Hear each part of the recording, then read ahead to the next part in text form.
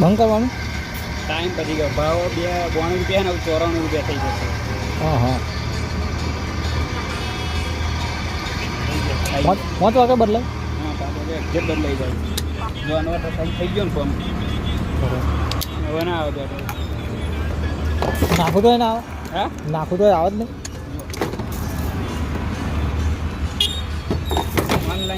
online system share ના ચાલે કે શેર 4 લાખ